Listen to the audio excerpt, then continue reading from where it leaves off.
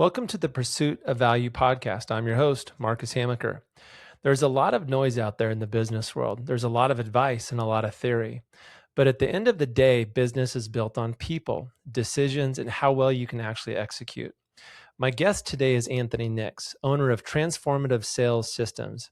Anthony works directly with companies navigating growth, especially when they're not quite ready for a full-time sales leader, but can't keep operating without one. We'll start by getting to know Anthony today and his background, and then get into when fractional leadership actually makes sense for a company and why most sales plans fall apart without structure and accountability.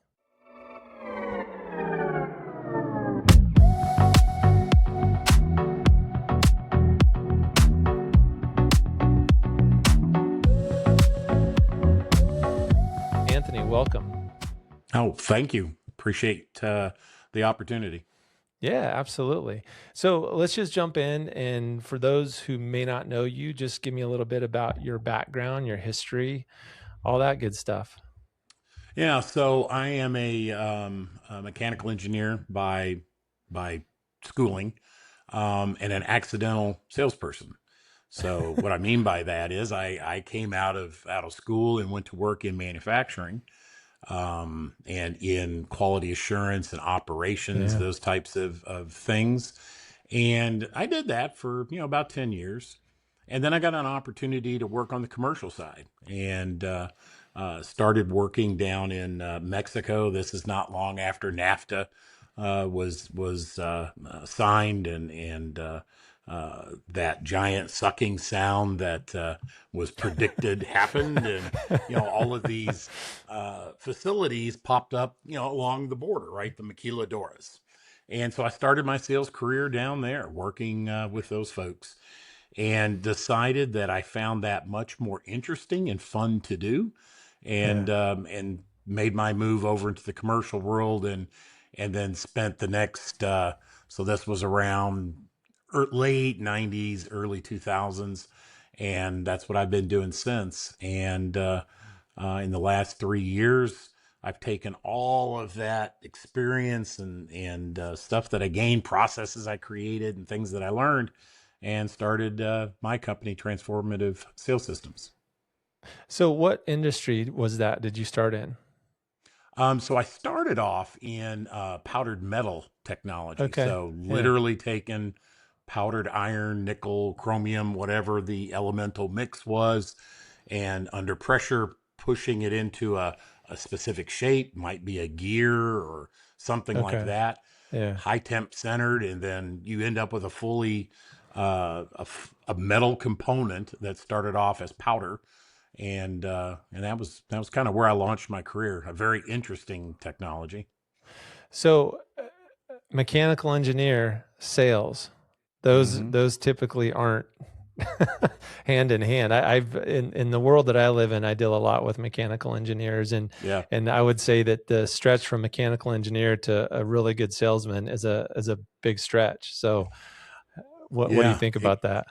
It absolutely can be. And I'll tell you where I think, for me, I took the right exit or off ramp, and was able to be successful.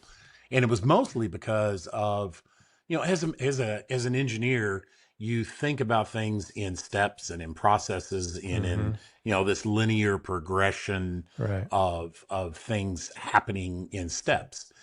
And when I went into the sales side, um, I didn't realize it at the time. It took me a few years before I understood why I was as successful as I was as an individual contributor. But it was because of that. It was because I would establish a process for myself with kind of, I call them now stage gates, right?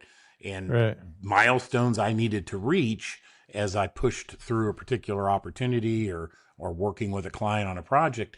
And ultimately, that was what my success was. Now, is every engineer capable of going and doing that? Well, they could if they really wanted to. Right. But some of it also has to do with, I look a lot at assessing salespeople when I'm working with clients, and there's just some internal makeup. There's uh, mindset, self-limiting Yeah. beliefs, all of these different things that either can Personality. help or Yeah. hurt a person.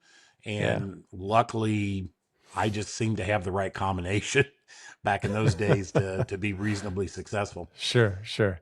Yeah, and you're talking about sales process, which guys that are typically natural sales, not engineers, sales process can be hard for them. So that's Oh interesting. yeah, yeah, yeah. That's absolutely true, and the way they're built, right? Hmm. The hunter, especially the hunters, um, process, detail, things like that, just drive them Yuck. crazy, right? And and so that's where a guy like me or someone from my company kind of helps bridge that divide, because we Sure. do understand the way a person like that's wired, right? And that how can we make the system as non-onerous as possible so that Right. that hunter can be really successful, but yet Sure. give management the things they need and get them to follow a process. Yeah, man, that's in my world, I deal with stuff like that all the time. There's always that Yeah, friction, that tension. In fact, just this there week, is. I've been dealing with it, just Yeah. over sale, just over expense reports. So funny. Oh Um, goodness. Yeah. Well, they yeah, hate filling those out too. they do, they do. What do you mean? I got to tell you where I was? Look at my calendar. Okay. So just describe for me, how would you describe what you do today? So with your business, give me a one or two sentence what you do today. So we help small, medium-sized businesses bridge the gap between an owner-led sales team, or someone in leadership that's supposed to be taking care of the sales team but also has six other things they're doing. Right. And we kind of slide in between there. And so we're in between the owner or leadership or the CEO, maybe it's been put in place, and the sales team. We develop and understand what their goals are. Are we simply a lifestyle business and we just want to spin off a certain amount of cash, or Hmm. are we at the high end? We're trying to get the business ready for potentially a PE acquisition or Right. some kind of a sale, and now we're trying to build value and those types of things. So it can be anywhere in between, but it's just when there is a gap between top end management, the C suite, if you will, Hmm. and a sales team, and really helping to put in the processes and systems, cadences that need to be there for a Yeah. sales team to really be effective and successful. This is, since you're talking about it, but it might be a little off topic. What I found is that the difference between a lifestyle business and a growth business is exactly what you're talking about, and putting in those processes, making sure Yeah, that there's a continuity. If one employee leaves, how does another one step in to right. take over that sales role? And what's ironic is there's a lot of companies out there that are really good companies that believe that they're not a lifestyle business. Like Yep. in their mind, they're a growth business, and they're gonna Yeah. sell it for 10x and all this stuff. And then you look internally at the processes, and you're like, maybe not. I Yeah. think there's some work to do here. So that's really cool, because a lot of people not only don't understand the difference between the two, but they don't understand how to go from a lifestyle to a growth business. And it's Yeah. the growth businesses that get sold for multiples upon multiples. Yeah, oh, absolutely. I mean, I just had lunch yesterday with a gentleman that is in that space, helping those businesses, get ready for or execute Hmm. a sale. And we were just talking about um, waiting. His comment was, "I need to come into the business 5 or 10 years before to help get them ready." Right? It's kind of the same thing for what we do: getting those Right. processes in place, getting a pipeline built, getting continuity in that process to get it ready for a sale, instead of waiting 12 months before I'd like to exit and take my Right. millions and go and Right. enjoy an island somewhere. So yeah. Right.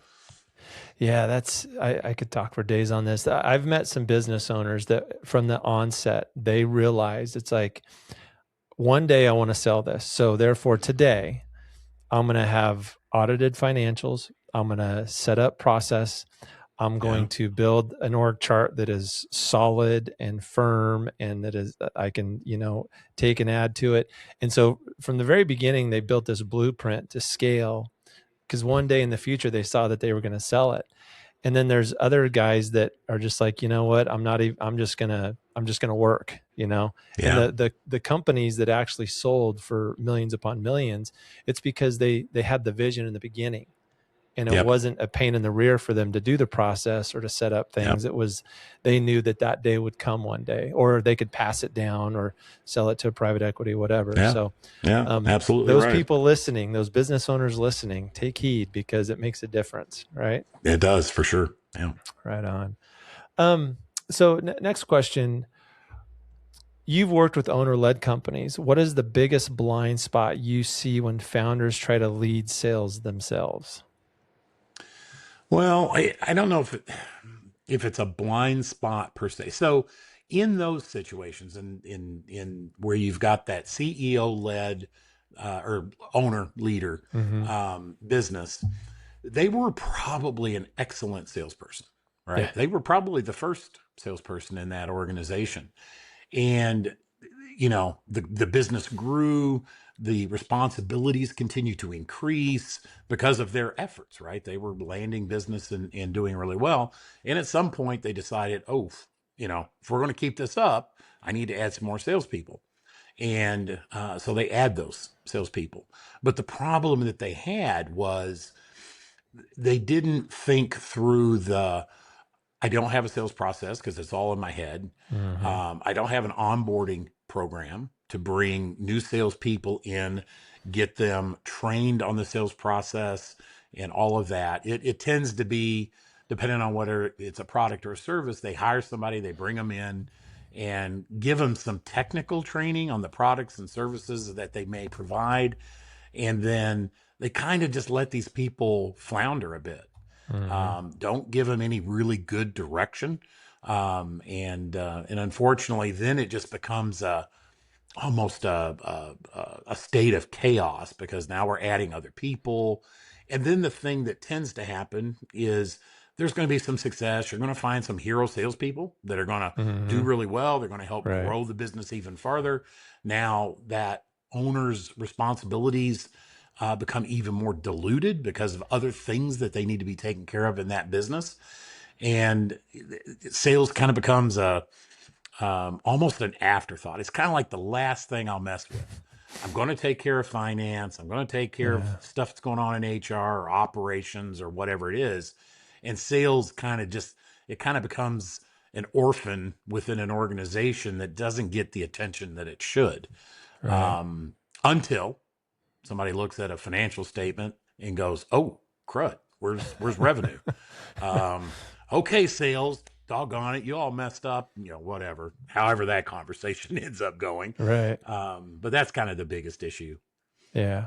There's a whole strategy that should be accounted for, I believe, in most companies, specifically when it comes to sales, when it comes to transfer of knowledge. Because the point that Mm-hmm. you're talking about, you've got a guy that started the company, that's leading the company, that has everything in his mind.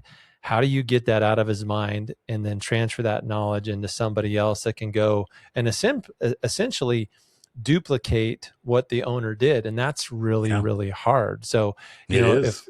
if I'm an owner, my thought should be, how do I duplicate myself in sales? How do I duplicate myself in operations, in Yeah, finance? Because that's yeah, how you can scale, right? And yeah, it's absolutely. it's in that process that I think a lot of owners go through this revelation process of, you know what, this is really uncomfortable for me. I don't, not Mm-hmm. only do I not know how to transfer knowledge, but I don't trust that person because it's not Exactly. me. That's right. So That's it's right. so interesting. I have a client right now that I'm working with that same thing. It's a generational succession situations going on, and I really wish I had a machine that would allow me to take this owner and stick him inside, close the door, and be able to extract all of this stuff Yeah. from him, right? And to be able to then put it on paper so then I can show this huge sales team that exists now. Here's a blueprint at least for how it was successful in the past. Now, and Right. we tweak and we do some things to it, but here's a way that has been successful in the past. So Yeah, Yeah. it's I was talking to another company last week, and they're a very large company, foreign owned, and Mm-hmm. they have an operation in the U.S. And same thing, it's like how do I tap into the knowledge base that is in Europe where I can effectively train and prosper here in the U.S. So Mm-hmm. there's a huge strategic initiative that needs to be addressed, I think, in most companies in terms of transfer of knowledge. But Absolutely. anyway, all right. So what does good sales leadership actually look like inside a growing industrial company? One Well, that's actively growing. yeah. So there's a few basic things, but it comes down to an ability to coach and train, mentor your Hmm. salespeople, to be able to hold them accountable to whatever's been established as KPIs or metrics or goals or whatever term they're using in the organization, and to be able to identify where help's needed, to be able to say, okay, we're seeing this particular thing repeat over and over in some of your opportunities, and be able to diagnose that and then be able to provide a solution to that, to be able to coach through that and help improve that Hmm. salesperson. Creating cadences, super, super critical. And I mean, when I do weekly team meetings, when I do one-to-ones, these are recurring appointments on our calendars. They are on the same day, same time. I mean, it's just an Oh, expectation, right? So right. that salesperson doesn't, because too many times, sales managers that maybe I'm working with, they'll be like, oh, I know what's going on, what so and so's got going on, and I'm just Hmm. going to cancel this meeting because I got Right. something else I want to do. Sure. And man, that kills momentum, It does. motivation, morale quicker than anything. Yeah. Yeah. Yeah.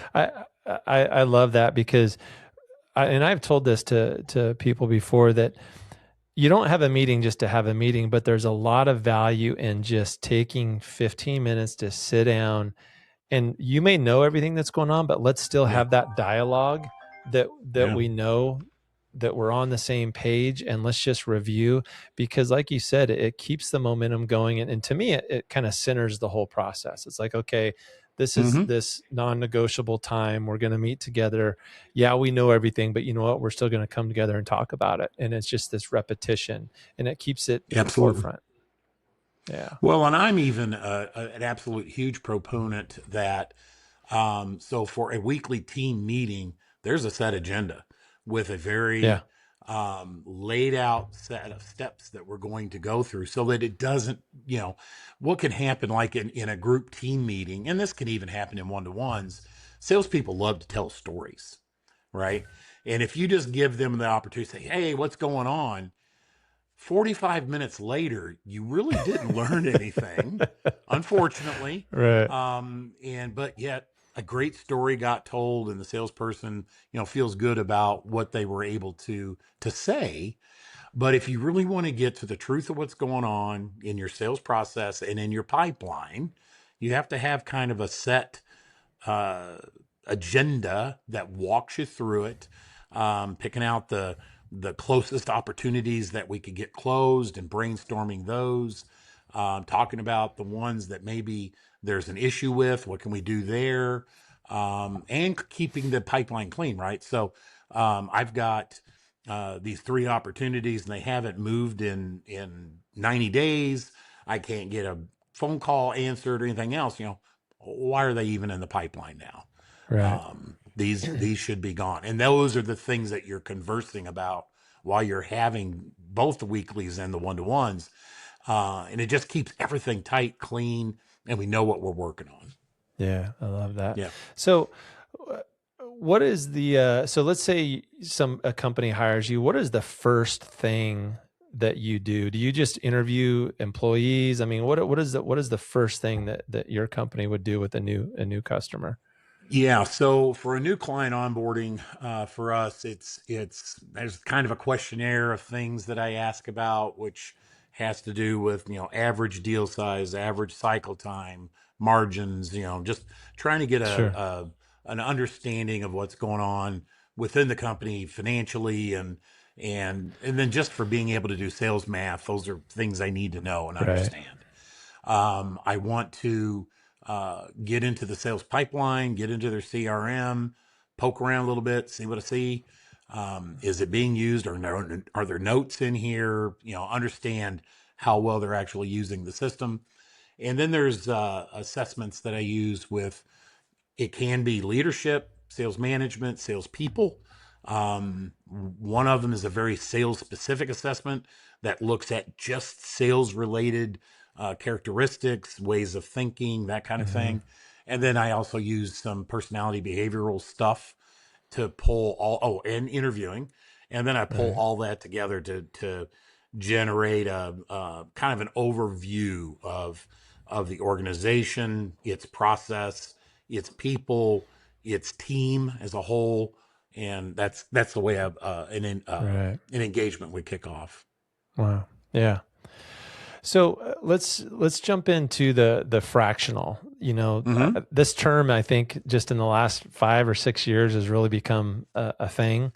And Yep. so you're a fractional VP of sales, sales leader. So Yeah. describe for the audience, like, what does it mean by fractional?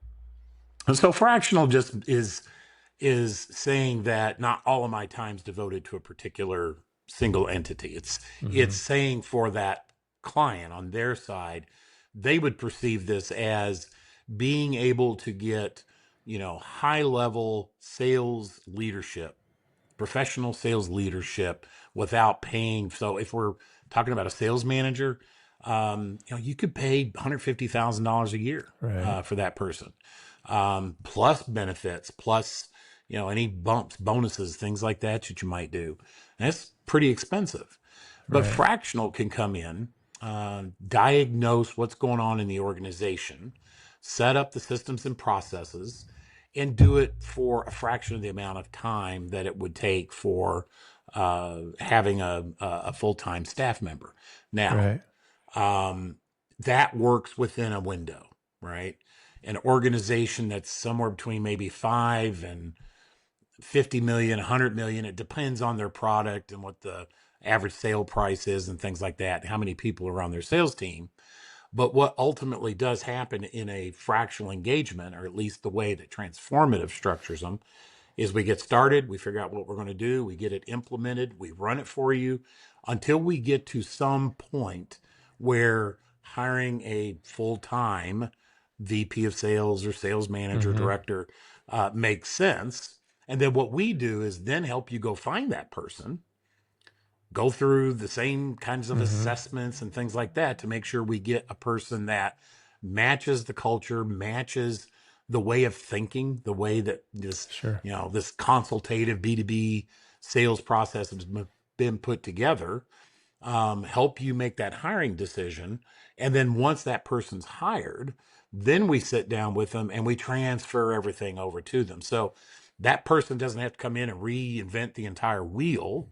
They literally can come in, pick up the processes, the cadence, and we just transfer it over. So it becomes pretty transparent, or it should, for Hmm. leadership. They shouldn't see a ton of difference, just maybe a different face that's doing the activities, running the cadence, and then we exit out, move on to our to help our next client.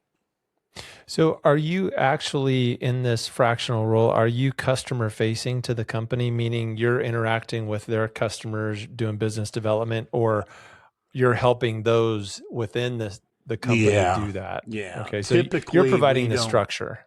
we don't typically get involved. I have had clients that have asked me to step into a role in a limited basis on maybe some really big deal they were working Hmm. on or something like that. And I'm happy to help do that. But no, typically we're working internally. We're not talking to customers, to our clients' customers. We are just helping them make uh, really good choices, think through, create strategy. We'll sit down and we'll do pre-call planning, which is Mm-hmm. another integral part, I think, of a good sales process, to really think through a meeting before you have it.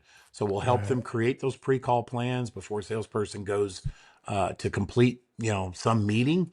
And then we deal debrief afterwards and talk about what happened to that meeting. What did we Right. learn? Did we get our questions answered?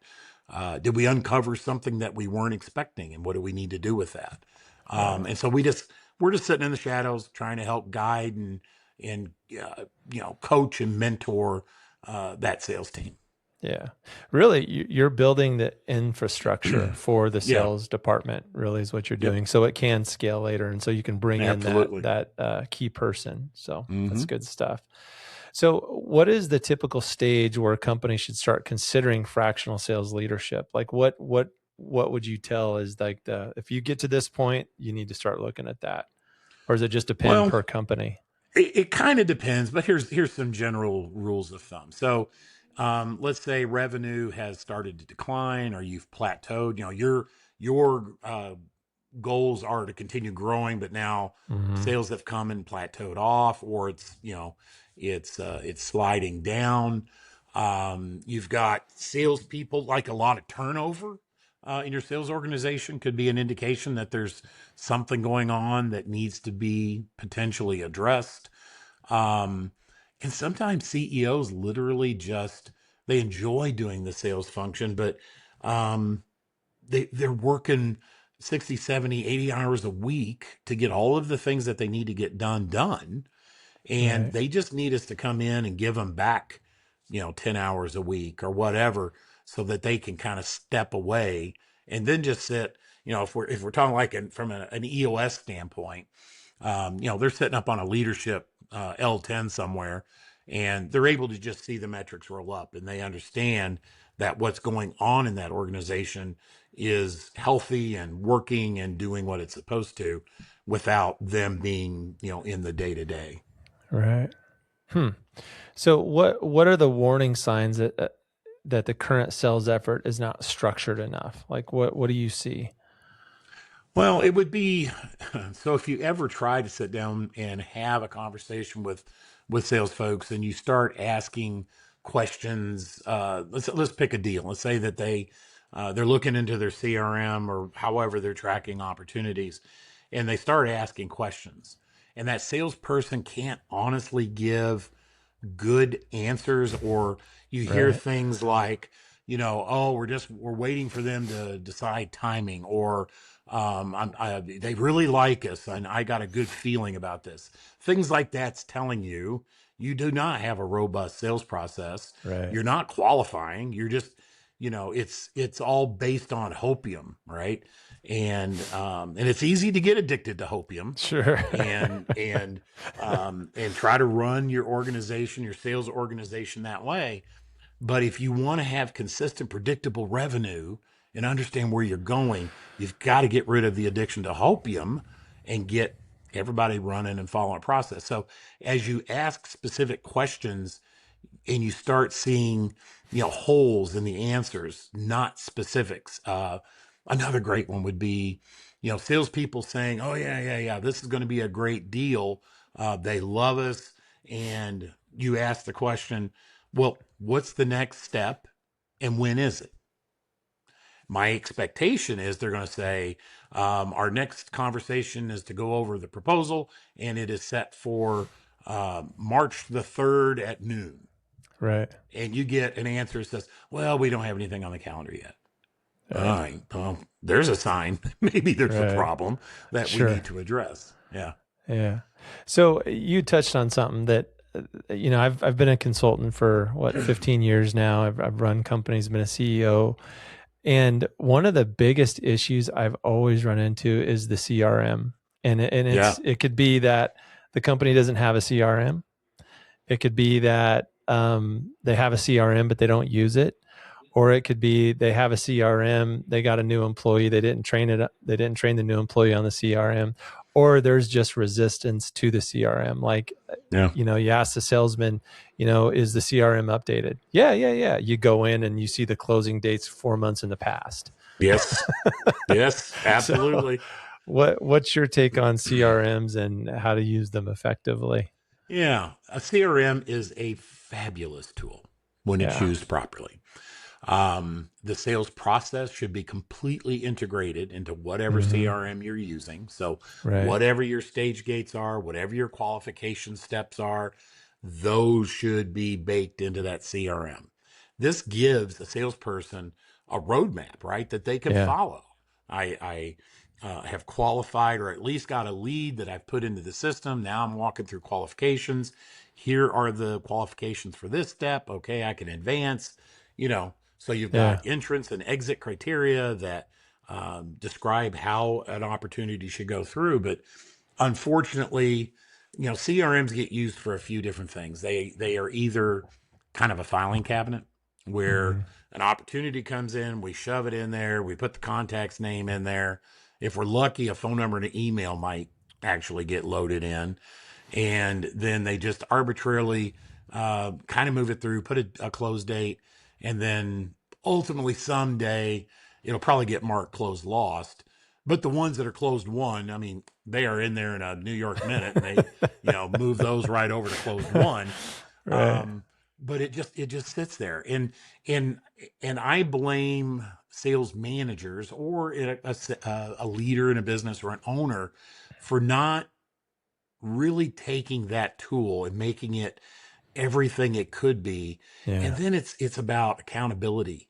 It's about an expectation, a non-negotiable Yeah. expectation that these are the things that you've got to do, right? Yeah. Yeah. And salespeople, oh, it just takes too much time, and no, it really Yeah. doesn't. It If it's doesn't. been designed well. Now, I've Yeah. seen. So I had one client that had gotten Salesforce, Yep. and they just out of the box version of it. And I don't know if you've paid attention to it, but Very much. Yeah. my goodness, the load of things that are there Yep. is overwhelming, right? Very. And if somebody doesn't go through and customize and pull out all the garbage that we don't need and build it around the process, then it's not going to get used because it Yeah. becomes overwhelming. And It's confusing. it Yeah. is the Salesforce Yeah. is quite confusing in terms of Yeah. just the things you can. And I'm not knocking Salesforce. I use it in my company, but it's highly customized. It's Sure. it's built for what I need, or I've created it that Yeah. way. Yeah. So Yeah. I really think with the Salesforces of the world, the HubSpots, they're missing a component of just give me a simple CRM for small yeah, companies that can expand over time as the company yeah, grows. They yeah, tend to throw so much at you that makes it unusable. And to your point, yeah. it makes it overwhelming. So salespeople don't want to do it. But I've told my salespeople before, how great would it be that you get to work in the morning, you pull up your dashboard and everything is current and it's right in front of you. You can see the phone calls, the tasks, you can see the weighted pipeline, what stage is where. Right. Like, wouldn't that be, just like a cockpit in an airplane? It's just all right in front of you. But it's been my experience that more people than not just kind of give it the Heisman. They just, I don't want to deal with it. But it's Yeah, unfortunate because it is a great tool. it So is. some owners hesitate because they think part-time equals temporary. We're talking about the fractional part. Yeah. How do you explain the real value of fractional leadership to an owner that might be like, I really need a full-time person? How do you distinguish that for them? Well, we go through a conversation and we talk about what their expectations are. What do you think this full time person would be doing in this organization? And kind of help them understand that sometimes the things that you think they're going to be doing, they're not really doing. The Right. core important things that need to happen is that establishment and training and introduction of that sales process, and then getting the weekly meetings and that agenda and that cadence in, salespeople's one-to-ones, establishing some set of scoreboard or metrics for that salesperson to be able to hold them accountable to, and that just doesn't take 40 hours a week to do. It just really Right. doesn't. Unless there's, Right. 100 salespeople, then okay, yeah. But even one sales manager never just handles 100 salespeople. Right. So it comes down to you're just at a size that doesn't make sense to bring in that additional overhead because there honestly isn't the need for that much. And then the opposite to that is, oh, maybe I'll bring in somebody that can do that and this. Like, no, I don't think you want to do that either. Because Right. what happens in those situations are people gravitate to what they enjoy doing most. So let's Yeah. say we bring in a guy or a gal and we're going to make them the sales manager and the marketing person. Right. Okay. And their background actually is more in marketing than it is with Right. sales. Right. A lot of people will tell you marketing people will act as if they can run a sales group, but unfortunately, those are unique people. Yeah. But they come into the organization and now they're going to help with getting sales going and they're going to take care of marketing. Their background's primarily marketing, and that's what they enjoy doing the most. What do you think they're going to go do? Yeah. They absolutely gravitate towards that. Yep. They're going to do marketing. And then Yeah. there's going to be some set of metrics and quotas that that person has on the marketing side. Right. And they're going to work to get those. Now, they should have some of the same things on the sales side, but they're still going to gravitate to what is comfortable, what they know, that kind of Right. thing. So that's kind of how we go through it. And then sometimes people just don't, they just like, oh, I got to have a full time person here. All right, well, that's fine. The expectation is that you're going to spend this much money to do that. And if you engage us to do what needs to be done, that's it. What needs to be done, you're half to a third to a half the cost per year. Right. So Right. no benefits, no health care, none of those other things play in. And the way we structure things, they're in short increments. So if we get to a point that it doesn't make sense for an owner, then it's like, all right, uh, we're at the end of the engagement, and we're going to wind this down. And they're not stuck with a year long contract or all of Right. these other things that could be involved. Where okay, I hired this sales manager and it isn't quite working out, and I'm going to have to let him go. Now I got unemployment. All of those other things Yeah. that are just costly. Yeah. That's a great point. So, Anthony, we're getting towards the end here. Oh darn. Yeah, two questions. I know it went fast. So, what realistically can a fractional, sales leader accomplish within 90 days? Like, what is, if you're to lay out a 90-day plan for a customer, like what's the realistic items that you can get accomplished in that first 90 Yeah. days? By the end of 90 days, I fully expect to see a cadence in place, right? Okay. We've done the assessments. We've potentially started some kind of a training program. I have an online sales academy that I use for training of salespeople. That's been implemented and started. We're starting to do our one-to-ones. The all of the meeting agendas are set. All of this is scheduled. We're already having those meetings. Scorecards are in place. So at the end of 90 days, what we should see is roughly 90% of what that sales process system is going to look like and how it's going to operate. Now, Right. you've always got to be looking and thinking and wondering about what tweaks should we make to fix this or fix that or issues that we see. So you make some adjustments. But at the end of 90 days, you should see 90% of the sales process in place and running. Now, does that mean revenue is doubled? No. But does that mean we're seeing more highly qualified opportunities into the pipeline and things like that? Absolutely. There should be Yeah. some set of measurables that you can look at and go, oh yeah, all right. I can see the swell in the ocean starting to move towards land, and now we're just pushing to get it there. Yeah. And I would add to that with bringing somebody in like you're actually putting the company in a position where it can practically and actually grow. And the Mm-hmm. reason I say that is because there's a lot of businesses out there that they really think that, let's say they're doing, $3 million a year. Well, the jump from 3 million to 5 million is significant. That's not It just is. something that can just happen. And if you don't have a structure, an infrastructure in place to scale, you're never going to get it, no matter how hard you work, no matter how many salespeople Yep. you hire, because it's going to crumble upon itself. Yep. And so, what I hear you saying is that you position the company where it can actually physically, mentally, emotionally grow. Yeah. You're That's positioning it in absolutely that it. way. I mean, Yeah. that's my ultimate goal at the end is when I leave an organization, I want it to be in a stable position Right. that is capable of scaling if that's what they're choosing to do. Not Right. everybody does. I mean, Sure. some are just happy, doing what they're doing and being able to continue to just tread that water and Right. that's fine. But when I leave, that is exactly where that company is. They're in a position that they can build upon what we've helped them create and continue to grow. Yeah, that's good stuff. Mm. Anthony, thank you for your time. This went by really fast. I am shocked that it's already over, to be Yeah. honest. Yeah, we're 40 minutes in already. So Okay. where can listeners find out more about you and your services?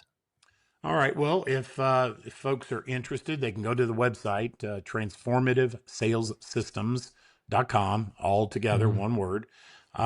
You can find me on LinkedIn, Anthony Nix. Also, you can find the company there as well. If you're interested into some of our content we put out, I have a podcast called the Selling Point Podcast. Okay. You can find that on Apple, iHeart, Spotify, most platforms carry that. Or you can just give me a call if you're okay. I'll give my phone number. Yeah, absolutely. Yeah. So you can call the office here at 812-924-7085. And we'd be happy and privileged to have a conversation. Before we wrap up, just take a minute this week and look at your own pipeline. Not what you plan to do, what's actually happening. Where are you following through? And where are things slipping? That's usually where the truth is. And if this conversation was helpful, that's really the point of the Pursuit of Value podcast. We want to add value. Just stepping back, getting clear, and thinking a little differently about how you're running your business.